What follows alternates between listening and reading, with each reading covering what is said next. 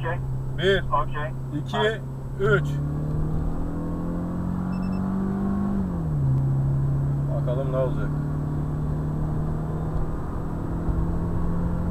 Yine yokuş yukarıya denk geldik ama.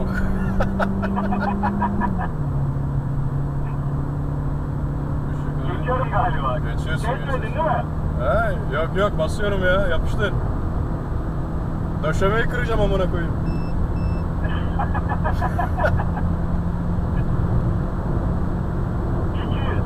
Bundan sonra gel tokatla beni. Buradan sonra tokatlıyor. Dur bakalım ya, daha belli değil.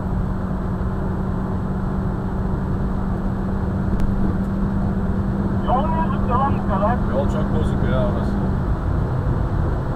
Evet. 221 oldum ben. Sana yetiştim yani. Ben de öyle Yaklaştım. 220-230 arası. Ha geçiyorum buradan sonra gidiyorsun. Burası da tam yokuşa denk geldik galiba. Ama bu senin için üzüntü verici bir şey ya. O kadar bas sonra tokatı ye. Dur bakalım. Onun kesicisini iptal edelim ya o arabanın hakkı.